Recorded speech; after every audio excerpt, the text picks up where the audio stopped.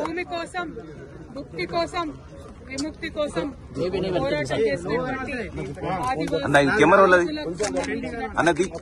ఇంద్రవెల్లి స్థూపం నిజంగా నరానా కూడా ఒక ఉత్తేజం కూడా వారు చేసినటువంటి త్యాగాన్ని ఒక పులకరింతలాగా ఉన్నది. మరి వారి త్యాగాలను గుర్తు చేసుకొని తెలంగాణ రాష్ట్రాన్ని అభివృద్ధి చేసుకుంటూ వచ్చినాం. వారు ఏదైతే భూమి కోసం పోరాటం చేసిందో తెలంగాణ రాష్ట్రంలో కేసీఆర్ గారు ఈ మొత్తం యావత్ తెలంగాణ ప్రదేశంలో ఉండేటటువంటి గిరిజన ఆదివాసీ సోదరులందరికీ కూడా మరి భూమి మీద హక్కులు ఉండాలని చెప్పి 4.5 లక్షల ఎకరాలకు భూమి హక్కులు, అడవి హక్కులను 2.5 లక్షల ఎకరాల పైచిలకు ఆదివాసీ గిరిజనుల సోదరులకు ఇవ్వడం జరిగింది.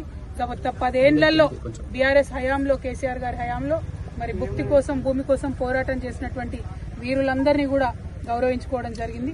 అటువంటి ఇంద్రవెల్లి స్థూపం దగ్గర ఇక్కడ ఉన్నామంటే నరనరాన కూడా మరి వారు చేసినటువంటి త్యాగం, వారు చేసినటువంటి పోరాటం మమ్మల్ని ఇంకా ఉత్తేజమిస్తుంది. మాకు ప్రజల పక్షాన, ఆదివాసీల పక్షాన, గిరిజనుల పక్షాన, మహిళల పక్షాన, దళితుల పక్షాన, బహుజనులందరి పక్షాన నిలబడి పోరాటం చేసేటటువంటి ఒక స్ఫూర్తిని బీఆర్ఎస్ ప్రతి సైనికుడు కూడా ఇవాళ ఇంద్రవెల్లి స్థూపం దగ్గర నుంచి తీసుకుంటా ఉన్నామని చాలా సగర్వంగా తెలియజేస్తా ఉన్నాం.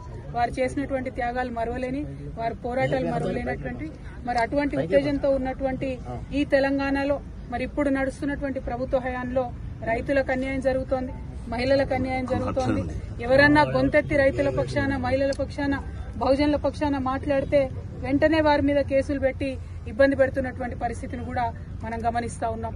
ఇవాళ మా వర్కింగ్ ప్రెసిడెంట్ గారు గౌరవనీయులు అన్న కేటీఆర్ అన్న గారి మీద కూడా మరి రకరకాల కేసులు పెట్టి ఏసీబీ పేరుతోని, ఇంకో దాని పేరుతోని వారు ఎట్లా కక్షపూరితమైన వ్యవహారం ఈ ప్రభుత్వం చేస్తుందో తెలంగాణ ప్రజలందరూ కూడా గమనిస్తా ఉన్నారు. మరి మీ ద్వారా, మీడియా మిత్రులందరి ద్వారా ఈ ఇంద్రవెల్లి స్థూపం దగ్గర నుంచి తెలంగాణ బిడ్డలందరూ కూడా తెలియజేస్తా ఉన్నాం, ఎట్లాంటి కేసులు పెట్టినా బీఆర్ఎస్ వాళ్ళం ఎవరం కూడా భయపడేది లేదు. ఖచ్చితంగా ప్రజల పక్షాన, ప్రజలకు రావాల్సిన హక్కుల కోసం మా వాణిని వినిపిస్తూనే ఉంటాం, మా పోరాటం కొనసాగిస్తూనే ఉంటాం. నిన్నటికి నిన్న ఈ ప్రభుత్వం మొదలు 15,000 ఇస్తాం కదా ఎకరానికి రైతు భరోసా అని చెప్పి దాన్ని తగ్గించి 12,000 ఇస్తామని చెప్తే ఇవాళ బీఆర్ఎస్ పార్టీ పిలుపునిచ్చింది.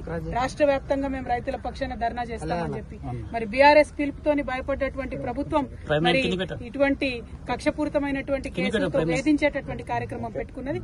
ఈ విషయాన్ని ప్రజలందరూ కూడా గమనిస్తా ఉన్నారు.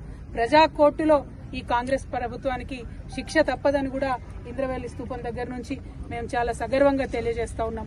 Thank you. జై తెలంగాణ. జై తెలంగాణ.